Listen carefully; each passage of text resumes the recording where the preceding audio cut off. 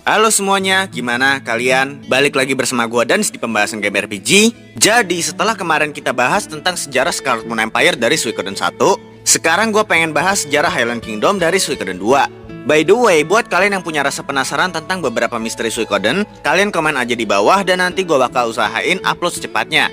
Terus seandainya ada yang punya pendapat lain atau teori lain, kalian juga komen aja di bawah. Karena asik aja menurut gua kalau kita bahas teori bareng-bareng dari berbagai sudut pandang. Oke, daripada kelamaan langsung aja kita ke pembahasannya. Dulu di tahun 230 Solar Year, Ranat Srukner melakukan pemberontakan bersama Julian Silverberg dan para pengikutnya setelah rumor kematian atau menghilangnya Hikusak, sang pemimpin kerajaan Harmonia. Nah, dampak pemberontakan tersebut merambat ke daerah-daerah lain yang masih menjadi bagian dari kerajaan Harmonia. Karena ketika kematian Hikusak, ada beberapa teori konspirasi yang tersebar ke telinga penduduk sipil. Mulai dari adanya pengkhianatan dari petinggi kerajaan, dan beberapa hal yang lainnya yang membuat keadaan semakin buruk. Akhirnya di tahun 237 Solar Year, perang saudara di seluruh negeri berhasil dihentikan oleh Marux Blake, salah satu bangsawan dari kerajaan Harmonia. Lalu karena jasanya yang sangat besar terhadap kerajaan Harmonia, akhirnya dia diberikan tanah di daerah timur dan mendirikan sebuah kerajaan bernama Highland Kingdom. Tak lama setelah didirikan, Highland Kingdom berniat memperluas wilayahnya ke daerah selatan dengan memulai invasi ke kota Muse sebagai ibu kota dari Dunan Kingdom. Tapi invasi tersebut digagalkan oleh tentara South Window yang berhasil memukul mundur pasukan Highland hingga ke perbatasan antara Dunan dengan Highland yang ada di utara. Dan akhirnya Highland Kingdom gagal memperluas wilayahnya ke daerah selatan. Sejak peristiwa tersebut, sengketa tanah terutama di daerah timur terus terjadi selama bertahun-tahun. Sampai di tahun 314 Solar Year, Dunan mengubah sistem pemerintahannya dari kerajaan jadi negara serikat dan mengubah nama negaranya dari Dunan Kingdom jadi City State of Jouston. Meskipun keadaan sedikit mereda, tapi perang dingin tetap berlanjut antara kedua negara tersebut. Lanjut ke tahun 365 Solar Year, Highland Kingdom membangun istananya di ibu kota El Renoil sebagai tempat tinggal resmi keluarga kerajaan. Ditambah, Bisrun yang pada saat itu berada di tangan Harmonia memilih untuk pindah ke tangan Highland Kingdom. Karena seperti yang kita tahu, Rurun itu punya sifat alami dan jiwanya sendiri. Contohnya kayak Rune of Punishment yang selalu berpindah ke orang asing yang berada di dekat daerah pemilik sebelumnya. Nah, berpindahnya Bisrun ke tangan Highland Kingdom disetujui oleh pihak Harmonia, dan mereka justru menganggap itu sebagai hadiah kepada Marux Blake yang telah menstabilkan keadaan Harmonia yang udah benar-benar parah ketika terjadi perang saudara dalam waktu yang cukup panjang. Lanjut ke tahun 428 Solar Year, Highland Kingdom memulai perang terbuka yang dipimpin oleh Raja Robert Blake dan berhasil merebut 3 wilayah penting milik Jouston, yaitu ibu kota Muse, Green Hill, dan Matilda Knightdom. Hal tersebut bisa terjadi karena kepemimpinan Jouston yang lemah dan gak becus. Karena emang dari dulu, para petinggi Jouston adalah orang-orang yang korup yang gak peduli sama rakyatnya. Mereka cuma peduli sama kalangan menengah ke atas dan selalu ngehalalin segala cara demi memenuhi hasrat ego mereka.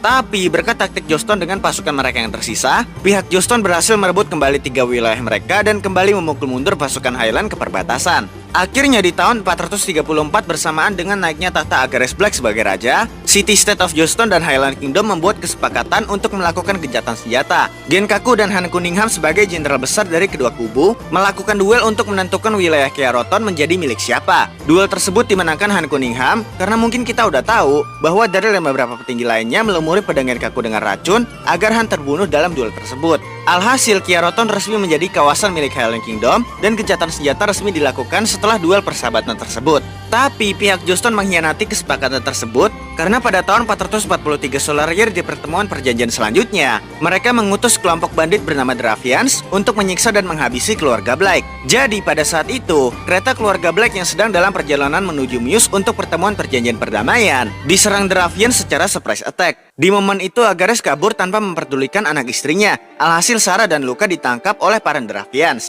Bukan cuma itu, Sarah juga diperkosa para Dravians di depan Luka. Yang jelas aja Luka yang pada saat itu masih kecil jadi trauma dan mulai tumbuh rasa dendam di dalam hatinya. Terlebih lagi ketika dia tahu kalau ternyata itu semua adalah skenario dari para petinggi Jouston yang ingin menghabisi keluarga Blake dan menguasai Highland dengan cara yang licik. Karena pada saat itu, ceritanya pasukan Jouston datang untuk menyelamatkan mereka. Kemudian Luka dan Sarah dibawa ke kota Muse untuk pertolongan pertama. Tapi untungnya Luka mendengar pembicaraan para warga Muse tentang rencana para petinggi Jouston, terutama Mayor Darrell yang menjadi otak dari peristiwa tersebut. Nah, akhirnya dari situlah Luka dendam sama Agares yang ninggalin dia sama ibunya seperti pengecut, dan kepada Jouston yang melakukan cara licik serta membuat skenario pembantaian pada seorang wanita dan anak-anak. Kemudian di tahun 460 Solar Year, Luca Black memulai perang melawan Joseon dengan membuat skenario pembantaian pasukan Highland Junior yang diserang oleh Joseon ketika melakukan camping di Tanzan Pass. Dari situ dimulailah cerita Suikoden 2 yang mungkin bakal gua singkat di sini karena kita fokus ke sejarah Highland Kingdom. Ada dua prajurit yang berhasil selamat dari peristiwa tersebut. Mereka adalah Ryo dan Joey. Lalu ketika mereka kembali ke kampung halaman mereka justru dituduh sebagai mata-mata Joestar. Alhasil mereka disiksa dan diberikan hukuman mati atas tuduhan palsu yang dibuat oleh kapten mereka yang bernama Rod. Tapi berkat bantuan dari kenalan yang menolong Ryo ketika dia terdampar di sungai setelah kabur dari penyerangan di Tanzan Pass, mereka pun selamat dan meninggalkan kampung halaman mereka sampai keadaan mereda. Seiring berjalannya waktu, Luca Black terus memperluas wilayah Highland dengan menghancurkan desa dan wilayah city-state sampai Joestar mati langkah untuk menghadapi Luca. Akhirnya sampai titik di mana Joey menerima tawaran Luca untuk membunuh Annabelle sebagai Mayor Joestar. Dengan imbalan, Joey akan berada di pihak Highland dan diberi jabatan. Nah, setelah itu perang terus berlangsung dengan pihak Highland yang berada di ambang kemenangan. Di sisi lain, Ryo mengumpulkan orang-orang dan membentuk sebuah kelompok bernama Dunan Army. Sebenarnya, di game Suikoden 2 itu ada beberapa hal yang missing. Jadi, nama pasukan divisi yang dipimpin Ryo adalah Orange Army. Baru nama kelompok yang dibuat Ryo ketika menguasai North Window adalah Dunan Army. Setelah menguasai banyak wilayah Joestar, Joey memiliki sebuah rencana untuk mendapatkan kepercayaan dari Luca dengan imbalan kalau dia akan menjadi suami dari adiknya Luca, yaitu Julia Black. Joey berencana membunuh Agares dengan membuat dirinya meminum racun. Dan ketika proses lamaran berlangsung, Agares harus meminum darah Joey, yang padahal darah tersebut sudah terkontaminasi oleh racun yang diminum Joey. Dia pun mati dan tahta berpindah ke tangan Luca sebagai King Luca Black.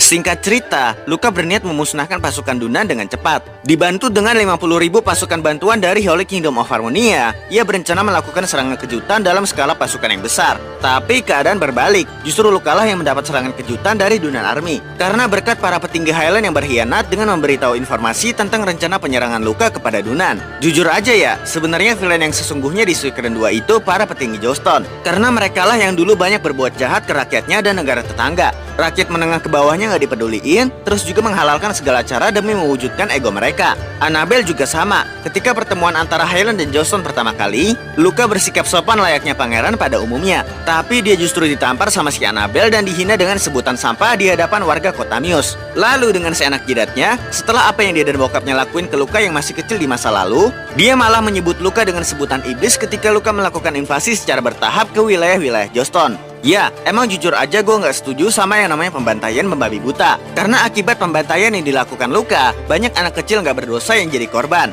Tapi gue setuju kalau seandainya Luca ngebantai abis para petinggi Joestar terutama Annabelle. Lalu dia mengambil alih Joestar dan memimpin rakyatnya benar-benar supaya rakyatnya nggak menderita. Karena Luca pernah bilang, penderitaan di dunia ini nggak akan ada akhirnya kalau dunia nggak dipimpin oleh satu orang. Akan selalu ada korban dan perang, dan pengorbanan harus dilakukan demi mewujudkan perdamaian yang sesungguhnya. Artinya sebenarnya Luca itu baik. Dia nggak mau ada orang lain ngerasain apa yang dia rasain di masa lalu. Dan menurut gue justru ketika Luca pengen ngebunuh Pilika, itu adalah hal yang lebih baik daripada Pilika ngalamin penderitaan ke depannya. Karena Luca bakal ngancurin Joestar habis-habisan dan memulai revolusi besar-besaran. Otomatis akan ada kelaparan dalam jangka panjang dan akan ada perang di seluruh wilayah Joestar. Karena gue yakin kalau Pilika adalah Luca di masa kecil, tapi Luca dibiarin hidup setelah disiksa habis-habisan dan udah tahu pahitnya hidup penuh penderitaan sebagai korban.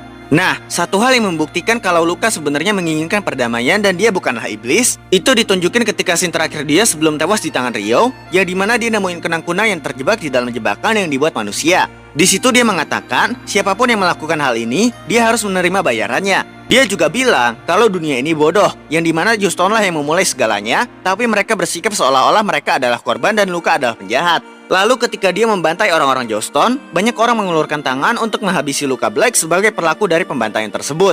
Sedangkan ketika Joestar membantai dan menyiksa Luca dan ibunya, semua orang buta dan tidak ada yang mau mengulurkan tangan untuk menegakkan keadilan. Orang-orang Joestar dan para petinggi yang berada di kota Mios justru malah mendukung perbuatan yang didalangi Mayor Darrell. Dan mereka juga tertawa bahagia sambil mengatakan kalau Highland Kingdom terutama keluarga Black harus dimusnahkan karena mereka adalah sampah.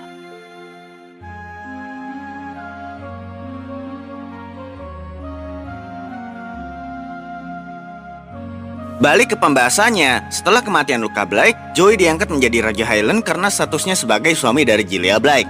Meskipun Luca Black sudah tewas, peperangan antara Highland dan Joestar belum terselesaikan. Joey yang pada saat itu menjadi raja dari Highland Kingdom, membuat undangan palsu untuk mengajak Ryo sebagai pemimpin dari Dunan Army ke dalam pertemuan perjanjian perdamaian.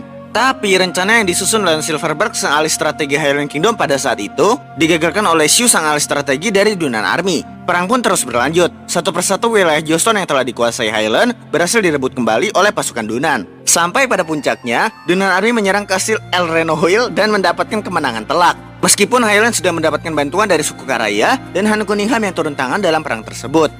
Akhirnya setelah kekalahan Highland, mereka disatukan dengan Dunan Republik dan diberi nama Provinsi High East. Begitu juga dengan El Renoil yang berubah nama menjadi kota High East dan menjadi ibu kota dari Provinsi High East.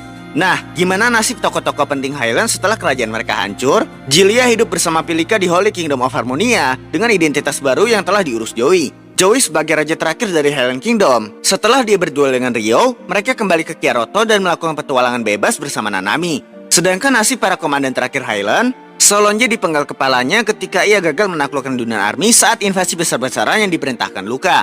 Han Cunningham mati dalam duel terakhirnya dengan Rio sebagai duel kelanjutan antara dirinya dengan Genkaku. Kiba dan Klaus berkhianat dengan berpihak kepada Dunan Army ketika mereka tahu kalau Agares Black dibunuh oleh Luka Black. Karena kesetiaan mereka bukanlah pada Highland Kingdom, melainkan Agares Black.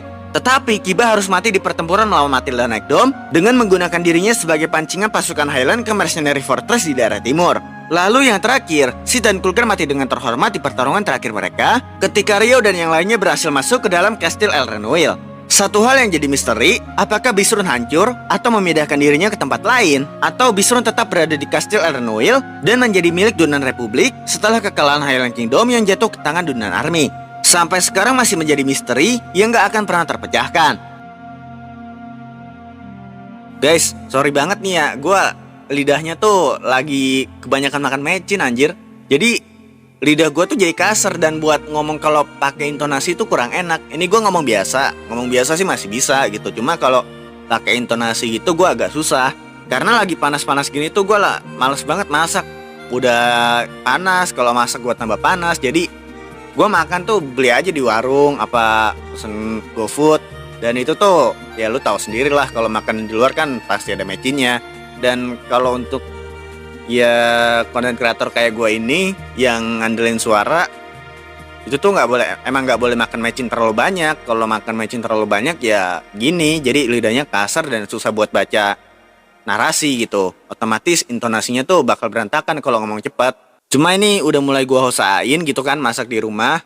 Dan apa ya, sayang aja gitu, kayak akhir-akhir belakangan ini kan udah 8 bulanan gue kan gak upload ya. Uploadnya kan bolong-bolong. Dan gue tuh udah usahain kelarin semua masalah di kehidupan nyata gitu. Jadi udah fokus ke YouTube lagi gitu. Dan kalau masalah makanan sih ya gampang lah. Mungkin kedepannya ya gue usahain ya, biar ya uploadnya makin rutin. Karena jujur aja gue kalau upload kayak dulu itu seminggu 2 kali itu bisa aja, cuma mungkin kontennya kurang berisi gitu. Kalau sekarang kan konten gue kan ya banyak bahas teori, fakta, dan itu tuh nyari apa ya referensinya, informasinya tuh agak lama. Soalnya gue emang ngerjain ini channel kan sendirian gitu. Ya segitu aja dah. Thank you ya. Arigatou gozaimasu. Salam Kikomori.